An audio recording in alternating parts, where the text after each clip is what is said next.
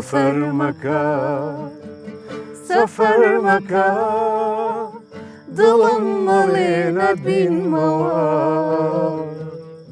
فێرە گریانێکی سەخت بووم دەستم پێکرد ژیر نابمەوە فێرە گریانێکی سەخت بووم دەستم پێکرد ژیر نابمەوە دنیا ڕەنگی فرمێسکی ئینسانی گرتووە خۆشەویستی تابوتێکە زۆر کەسی تیا پاڵ کەوتووە سەفەر مەکە سەفەر مەکە دڵم مەڵێ ناتبینمەوە فێرە گریانێکی سەخت بووم دەستم پێکرد ژیر نابمەوە فێرە گریانێکی سەخت بووم دەستم پێکرد ژیر نابمەوە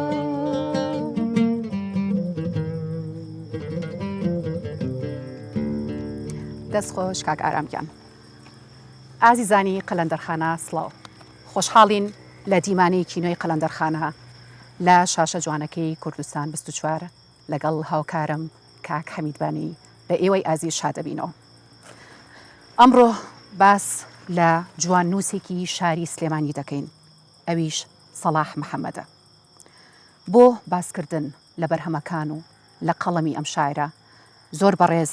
نووسەر و مامۆستا کاوە حاجی عزیز لامان ئامادەیە مامۆستاگیان بەخێر بێ سەر چاوانمان بەخێر هاتی مامۆستا کاک ئارام مەحموود بە ئەودە جوانەکەی هاوکارمانە بێ لە بەرنامەکە زۆر بەخێر هاتن تەکەین بێگومان لەگەڵ هاوکارم کاک حەمید مامۆستاگیان وەکو بەرنامەی قەلەندەرخانە ئێمە سەرەتا ئەمانەوێت کورتەیەک لە ژیانی شاعر بۆ ئێمە و بۆ بینەرانی قەلەندەرخانە باس بکەی بۆ ئەوەی ئەم شاعرەمان پێ بناسیێنیتەوە تاوان کاک سەلاح وەک ناساوە کاک سەلاح محەممەد لە شاری سلێمانی ساڵی 1954 لە گەڕێکی گۆژە لەدایک بووە و خوێندنی تا ئەعدادەی ئامادەی شەشی ئامادەی تاوا کردو ئەو کاتەکەەوە منی بۆی گێڕاومەتەوانێ لەبەر ئیمزا نەیتوانێت کۆلیجە لە کۆلیجەکان بخوێنێ بۆیە 2000 هەوڵیەوەی یاوە کە تەعین ببێ لە شۆ لە دایرەی سیاحەکە ئێستا سلێمانی پاڵاس فێڵەوسە حەسیب ساڵا بۆ کە لەوێت تەعین بۆ دوایەوە خۆی بڵێن گوازراوەتەوە خان و دایرەی خانوبەرە کە عقاری ئێسەی سلێمانیە تا بڵێن ئاخری ژیانیشی ئەو هەر لەوێت دەوامی کردووە دیگە لەوەتر لە بڵێن وەکو سەرەتای ئەدەبیاتی یەکەم شعری لە ساڵی 1974 کە بڵاو بۆتەوانێ و 2000 ژیانی هاوسەرگیری بڵێن چۆتە ژیانی هاوسەرگیری و لە ئەنجامی ئەو هاوسەرگیریە 5 مناڵیە بووە 3 کوڕ و 2 کچ لەو کاتەوە کاک سەلاح ئێمە بڵێن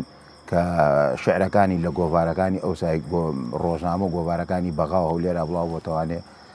دەنگێکی تایبەت بووە و ناسراوە و بەرهەمی ئەدەبیاتی هەبووە و جێدەستی دیارە لە دنیای شعری تازەی کوردیە بەڵێ مامۆستاکاوە بێگومان سەلاح محەممەد سەر بەنەوەیەکی تایبەتی شعریە ئەم نەوەیە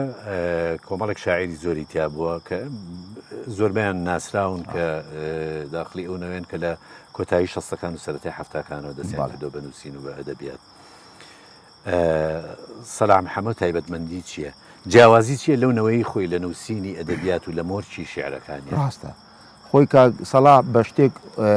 خۆی جیا کردوێتەوانێ یعنی دوو قۆناغەیە بۆ شعرەکانی کاک سەلاح یە قۆناغی هەفتاکان کە ئەو شعریتان نووسی وەکو دنیای هەموو وەرزەکارێت دنیای ئەوین و ڕۆماسیێت لە دوای ئەوە کە یەتە سەر هەشتاکان ئالێوە جیاکاری بۆ کاک سەلاح دروستەکە کە هەشتاکان بڵێن ئەو سەردەمی شەڕی ئێران و عێراقا و سەردەمی کاولبوونی کوردستانەوە خۆی ناوینەوە شکستی تاکی کوردی لە دوای ئەوەشا کە ئەچێتە قۆناغی بڵێن ڕاپەڕینەوە بە هەمان شێوە کاک سەلاح لە دوای ڕاپەڕینا چی دروست بووە شەڕی براکان دروست بووە حەسارێکی اقتصادی گەورە دروست بووە جگە لەوە چەندین هاوڕێی کە ڕۆیشتون بۆ ئەوروپا لە دوای وەک شعرەکانی کاک سەلاح ئەگەر بێت ئێمە توانیوێتی جیامەندیەکەی بۆیەکەوە تراژیدیایەکە بووە ئەو نەیتوانێت درۆ لەگە واقعی خۆیان بکە ئەو تراژیدیایە توانیوێتی جیامەندیەک بە شێعرەکانی خۆی بە. بێگومان سەلام محەممەد سەر بنەوەیەکی شعریە ئەم ئەو نەوەیەی کە لە کۆتایی شەستەکانەوە و لە سەرەتای هەفتاکانەوە دەستیان کردو بە شعر نووسین بێگومانەوەنەوەی بڵاون لە هەموو بەشەکان و لە شارەکانی کوردستانە بەڵام دیاریشە بزوتنەوە ئەدەبیەکە لە شاری سلێمانیە دایمەن بەهێزتر بووە و گۆڕان دایمە لە ئەدەبیاتە لە شاری سلێمانیەوە دەستی پێ کردووە بەهۆی مێژووە ئەدەبیەکەیەوە. سەلام محەممەد سەر بەونەوە شعریەیە لە ساڵی 1970ەوە دەستی کردو بە نووسینی شعر. ئایا جیاوازی ئوسلوب و مۆشی شعری سەلام محەممەد لەگەڵ ئەوەوەی خۆیان چییە؟ بێ خوێندنەوەمان بۆ شێعرەکانی بکەین بە دوو قۆناغەوە. بەڕاستی قۆناغی یەکەمی کە هەفتاکان شێعری نووسیوە هەر وەکو هەموو لاوێک بەدەر نەبوو لە حاڵەتی ڕۆمانسیەکە و ئەو جوانی و ئەڤینەی کە ئەو کاتانە بڵێن شێریتان نووسیوە. بەڵام لە هەشتاکانە بۆ نەوەدەکان و تا کۆچی دوایشی کاکسەڵا قۆناغێکی شێعریە بووە کە جیاوازیەکی زۆر زەق دیارە لە شێعرەکانە بەچیە؟ مەسەلەن ئەو نەیتوانیوە ئەو کارە ساتانەی کە هەبووە بەدەل لەو کارە ساتانە شێر بنووسێن مەسا ئەو مەرگە ساتانە ئەو تراژیدیانەی کە بەسەر کووردا هاتووە مەسە وەکو کاتی ئێمە لە هەشتاکانە خاوەنی ئەنفالین خاوەنی ڕاکردن و دەربەدەری و کاولکردن ئەمە لای کاکسەڵا ڕەنگی هاوەتەوە بۆیە شێعر لە لای ئەو سەلیقە بووە قورسێک لە زمانی شابەدی کراوە و لەگەڵ ئەوژا تەکەلوفی لە خۆی نەکردووە مەسەڵەن تەکەلوف بۆ معنایە چۆن بڵێ هەیە زۆر برادەرمانێ شاعیرەڵێ من مانگانە هەفتانە بێ حوزوڕمە بە شێعرە بنووس ئەوە نەبووە لە هەموو تەمەنیا کە 35 ساڵ شێعری نووسیوە تەنها ئەو دیوانەی بە باشزانێ و توانیوێتی بەرگری لێ بکە و جێدەسی دیارێ مەقولەیەکی کاکسەڵا هەبوو من زۆردا خۆی هیچ شێ بێ نازان بەڵام زۆردا باسیەگەری و بنووسە بپرسە مەترسە تەنها بۆ ژیان دوو دێڕت بەسە لەوانەیە کەمی نووسیوە بەسپۆختی نووسیوە بەڵام خۆشی کاک هەمی شارەزای چ شارەزایەکی باشی لە زمانە هەبووە و چ باگراوندێکی سەقافیە بووە ئەمە بە دەرنێ لە کاریگەرەکانی شێعری عەرەبی چووکە و عەرەبیەکی زۆر باشی زانیوە بەڕێزت وەکو نووسەر و با بڵین ڕای شاعر و نووسەرەکانی ئەو سەردەمە چۆن بووە لەسەر شێعرەکانی سەلاح محەممەد و بێگومان ڕای بەڕێزیشت لەسەر شێعرەکانی لە شێعرەکانی کاکسەڵاحە باسی مەرگ و مردن 66 جار تیاری باسی گریان و فرمێسک 55 جار باسی گریان و فرمێسکەکە باسی ترس و دڵە ڕاوچێ کە باس زۆر زۆر لە ترس و تەنایی 46 جار باسیەکە باسی سەفەر 18 جار باسی سەفەرەکە کە لەو دیوانە زۆر ینی لە لای زۆر کەم لە شاعیرانە ئەمە ڕەنگیاوەتەوانێت دوایەوە ڕێی زۆر بێ شاعیرەکان هەمیان ڕێیان زۆر زۆر لە من دائیمە نەواڵم کاکسەڵا خۆی ڕێی لەسەر خۆی نەبووە چونکە بە حەزەرەوە باسی شاعیر بوونی خۆی کرد هە بێ خوێنەر ڕێی لەسەر من بە یعنی ئەمە بۆ ئەوە بۆ ئیسپاتی قسەکەشم کە ئەو کاتی کۆچی دوایی کرد برادران کۆگم لەسەرەوە کە ئەمە شاعیرێکە ئەبێ بە وەک مەراسیمە بردمان ئاسمان مامۆستایان هۆکاری کۆچکردنەکەی چی بوو نەخۆشی شەرپەنجە بوو ڕۆحی شاد بەڵێ ئەمەی کە تۆ ئاماژەی پێیت سەردەمەکە سەردەمێکی بڵێن پوچگەرایی بووە بەهۆی جەنگ و بەهۆی ناڕەحەتی و بەهۆی نەبوونی ئازادی و بەهۆی ئەمانە زۆر زۆر لە شعری سەلاح محەممەد ڕەنگیاوەتەوە کە تۆ ئاماژە بە تەناییەکان لە زۆر شعریە مەسەرەن هین بووە مەسەرەن یەکێ لە شعرەکانی ئەڵێ ئەگەر کاک ئارام بەشدار بێ لەگەڵ مام نمەوێت بە کورتی چەند نمونەیەک بڵێم ئەڵێن لەو وڵاتە ساردانەی عشقبازی ئاساییە ئەڵێن لەو وڵاتە گەرمانەی ڕەوشت تاجی شانازیە بڕوا بکە تەنهایی هەر تەنهاییە ئەمە هینە یەکێکە لە شعرە تایبەتەکانی سەلاح یا مەسەلەن دائیمەن مەسەلەن لە گەلێک شعریە هەندێک جار مەسەلەی خۆکوشتنیش هەیە لە شعرەکانی ڕاستە سەراب هەیە بەڵێ ینی ڕازگۆیەکی زۆر جوان لە ناو شێعرەکانی کاکسەڵاح بەدیەکرێ شعری لە شیعار جا کردوێتەوە ینی تۆ خوێنەکەیت ئەبێت شیعار نەبێت شتێکی حاڵەتێکی نەمری بێ کە هەستی پێ بکەن ئەمە شعرە تل لە سۆز و لە عاتیفەکە بە دەرنەبێەوە مۆهیبێکی شعریشی بە قووەتی تیابووە بەڵام ئەو توانیوێتی نەمری بۆ حاڵەتانە بە کە لەو واقعەکە هەڵی هێندۆ لە خەیاڵ بەدەر نییە بەڵێ بەردەوامە بین لە بەرنمەکەمانە ئەگەر خەندەخان شعرێکی کە سەلاحمان بۆ بخوێنێتەوە بە هاوکاری کاک ئارام دەست و چاوی خۆش بێ فەرموو.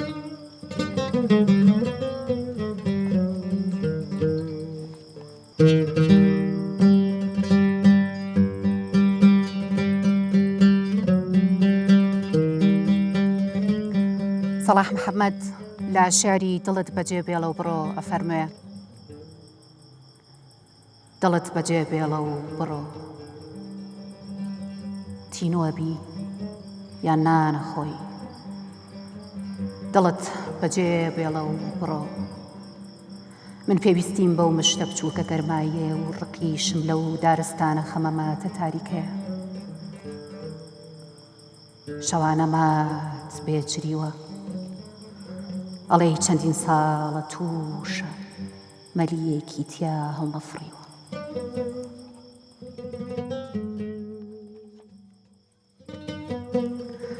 تەماشاکە دیوارەکانی ژوورەکەم جێگریانێکی کەی نیەتیا هەڵواسم دەستەکانی غەریبی لە بین مایە ناوی خۆمم بیر چۆتەوە کەس ناناسم دڵت بەجێ بێڵە و بڕۆ دەستگیرانەکەت دڵڕەق بوو جێی نەهێشتی تا هەردوو چاوەکانی بردی بە عەلاگەی ژوورەکەتە هەڵی واسیت دڵت بەجێ بێڵە و بڕۆ دەم خۆش خەندەخان زۆر سپاس کە مامۆساکاوە سەلاح محەممەد بێگومان بە ئاماژەمان بەوەیە کە کەسێکی ڕۆشنبیر و کەسێکی خوێنەر بووە و زمانزانیش بووە جگە لە بواری شعر لە گەلێک بواری تریشە هەوڵیاوە وەکو وەریێڕانی کۆمەڵێک شانۆیی کۆمەڵێک چیرۆک وەکو خوێندنەوەی بۆ تابلۆی هونەری یعنی کە ئەمانش کارێکی ئاسان نەبوو کردێتی لە هەموو ئەو بوارانەشا سەرکەوتو بوو ئایا بەرهەمەکانی لەو بوارانە چییە؟ وڵای بەرهەمانەی کە کاک سەلاح تەرجەمەی کردوون دوو جۆرن جۆرێکیان تا ئێستا چاپ نەکراون داخی گرانمانی کۆمەڵە شانۆگەرین وەکو وێرانە کە لەسەری جابر و بەرهەمەکانی کەشی کە خۆی لە ژیانە بوو کۆ نەکراونەتەوە ینی لە گۆڤاری گەلاژینەوە بە زمانی عەرەبیا بە زمانی کوردی وێرانە ئەو شانۆیی ئەو شانۆی کە مۆنۆدرامەکەی کاکامەران ڕۆکە کردی جابریش هەر لەسەری جابری لەسەری جابر هەر بێهی سەعدوڵڵا وەنووسەکە ئەمانە هەبووە بەڵام هەندێشتی کێ بۆ کاک سەلاح کۆمەڵێ چیرۆک و دەقی تەرجەمە کردو چ لە عەرەبی بۆ کوردی لە گۆڤارەکانە بڵاو داخی گرامە ئەوش کۆ نەکراوەتەوە یعنی پەرش و بڵاوێگێ من تەسەورەکەمانە کۆ بێتوانە بەرهەمێکی زۆر لە کوردیشەوە بۆ عەرەبی لە کوردیەوە بۆ عەرەبی عەرەبیشەوە بۆ کوردی کە ئەمە خۆ دەزانی فەنی تەرجەمە هەیە هەر لە عەرەبیێکا بە کوردی بەڵام ئەو توانیوێتی لە کوردیشەوە کردوێتی بە عەرەبی بەتایبەتی ئەوەمان بیر نەچێت لە فیستیڤالی گەلاوێژە کە هەندێک عەرەب هاتن لەوانێ کاک سەلاح ئەچوو بەرهەمی ئەو گەنجانەیە کردەوە بە عەرەبی بۆ ئەوەی ئەوان تێ بگەن کە ئەیان بردەوانێ من بیرمە کەڵە نووسەری وەکو فازە سامر و ناجح المعموری و علی حەسەن فەواز کە نووسەری عەرەبن لەسەر ئەو دەقانان ئەنووسی ئێمە کاک سەلاح بۆی کرد بە عەرەبی کە کەم کەسی جەوازە بەڵێ لە گۆڤاری پەیڤینیشە پەیڤینی عەرەبیشە بەڵێ هەر کە تەرجەمەیە بوو ئەماگە کۆ کرایەوە ئەبوو ینی بەڕاستی کۆمەڵە کتێبی لێ گەورەی لێ دەرەچێت ئەوسەگیان باسی بنکەی ئەدەبی گەلاوێژت کرد دیارە لەوێ چالاک بووە و ڕۆڵی هەبووە چالاکیەکانی سەلاح محەممەد لەو بنکەیەدا چی بوون؟ وەڵای ئێمە ئەو کاتێک کە ئێمە ئیشمانەکرد ئەو گۆڤارێکمانە بوو گەلاوێژینەوە کاک سەلاح هەیئەی تەحریر بوو یعنی بۆک بڵێ بەڕێوەبەری نووسین بوو لەوە زۆر دەوریە بوو لە وەکووتمەوە تەرجەمانە بە شتێکی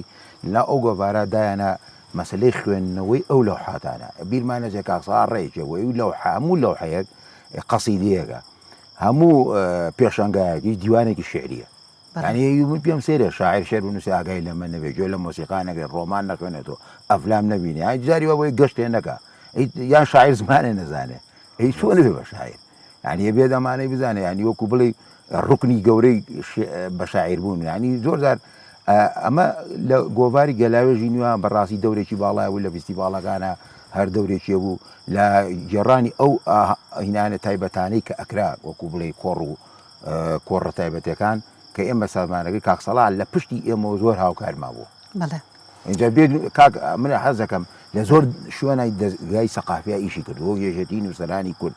وەک کاک حەمید ئەگەر بیری بێ ئەوەی کاکە مەران و ڕۆفوان تیپی شانەی شار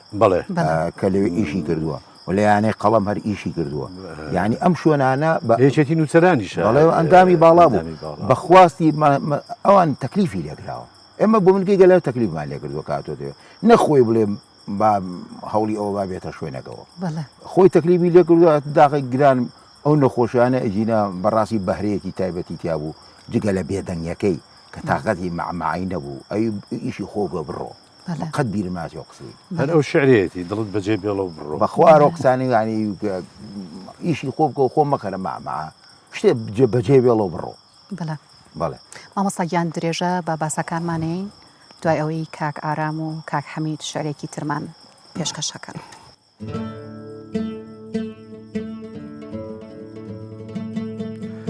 من حەزەکەم لەگەڵ خوێندنەوەی شعرەکە ئاماژە بەوە بم کە سەلاح محەممەد دوو شعری هەبوو کە لەگەڵ تۆزی جەوی هەبووایە حاڵەتێکی خۆی هەبووە هەر یەکێک لەو دوو شعرەیە وتەوە لە بەرخۆیەوە هیچیشان بە کورتی ئەیوت جاران باخێک لەو دیوی ژوورەکەم هەبوو پڕی ببوو لە مەلی جوان ئێستا لەگەڵ تۆ هەڵفڕین نازانم کوان چوون بۆ گەرمیان یا بۆ کوێستان. هیچ لەو شعرانی تریشی کە حەزەکەم ئەمە بخوێنمەوە ئەم شعری بازۆڕیەکان ئێواران بەرەو ئاسۆڵ دەفڕن.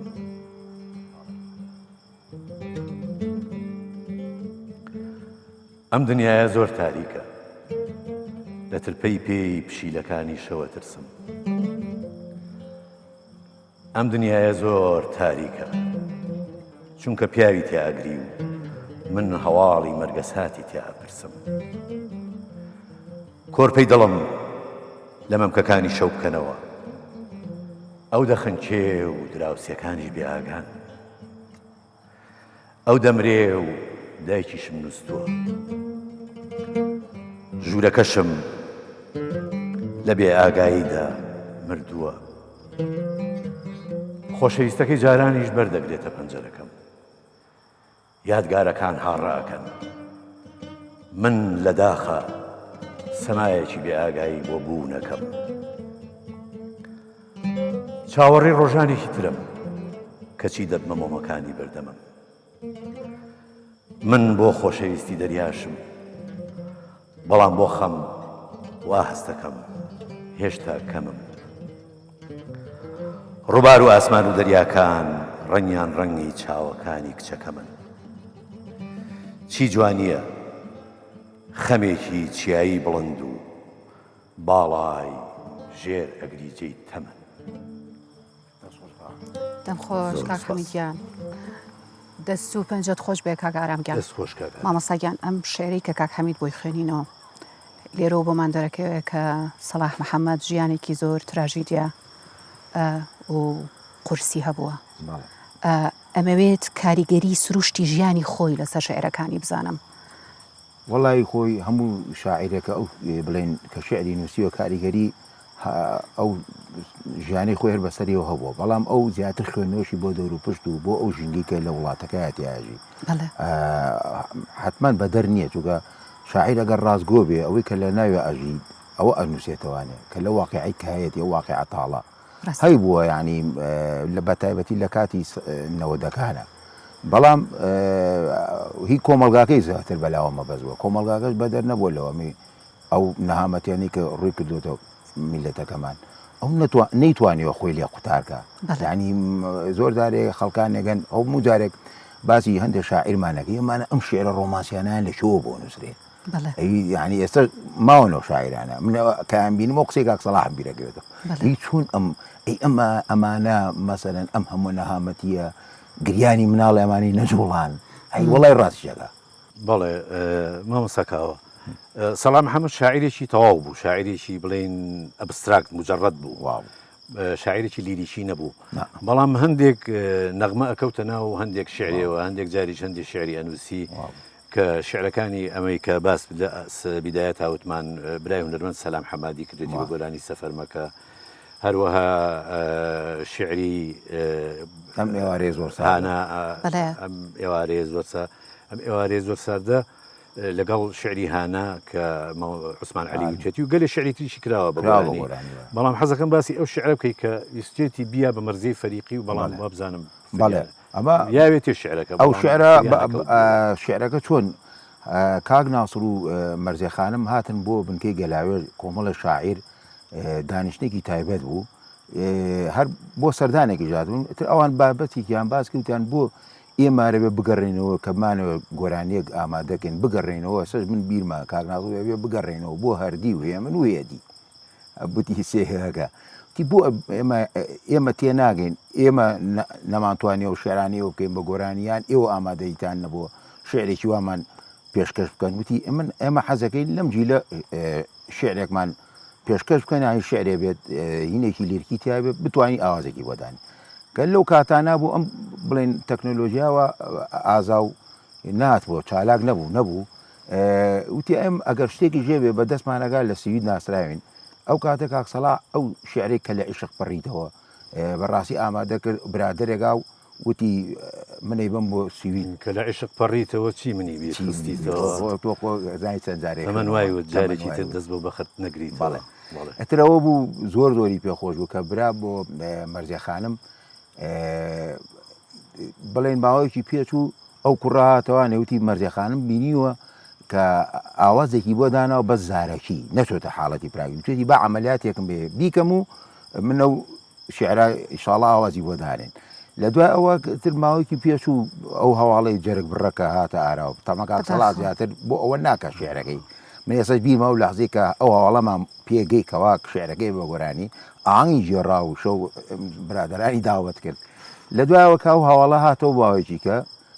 زۆر بێتاقەت بووتی هەر پرسیاری شعرەکەشی نەکرد هەر باسیشی نەکرد تازە ئەو کە ئەو بڕوات من هەڕووم نایبازیکەم بەس بەڕاستیەوە بۆ مەرجە خانمی نووسی و مامەساکاوە بێگومان سەلام محەممەد زۆر زیاتر هەڵەگرێتەوەی کە زۆر لەوە زیاتر قسەی لەسەر بکەین بەڵام بەداخەوە هەر بواری بەرنمەکەمان هەر ئەوەندەیە لە کۆتایی بەرنمەکە من زۆر سواسی بەڕێستانەکەم کە ئامادە بوون زۆر سواسی برای عەزیز کاکە ئارامەکەم لەگەڵ هاوکارم خەندەخان ئەم حەز ئەەکەم بەرنمەکە کۆتایی بێنین بە یەکێک لەو گۆرانیە ناودارانەی کە زۆر بڵاو بۆتەوە گۆرانیەکە چیرۆکێکیشی لە پشتەوەیە کە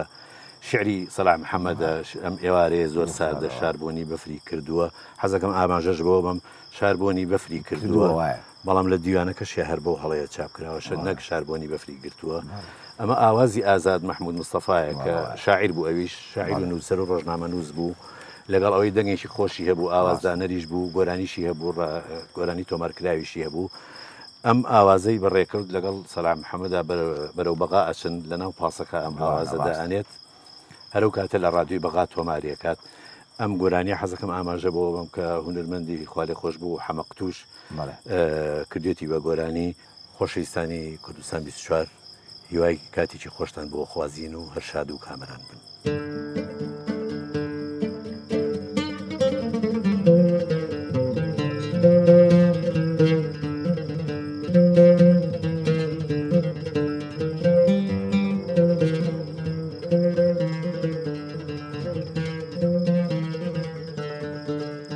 ئەم ئێوارەیە زۆر ساردە شاربوونی بەفری کردووە ئەم ئێوارەیە زۆر ساردە شاربوونی بەفری کردووە ڕیشۆڵاکان بارە و خواردێن تەمباڵای گۆیژەی گرتووە تەمباڵای گۆیژەی گرتووە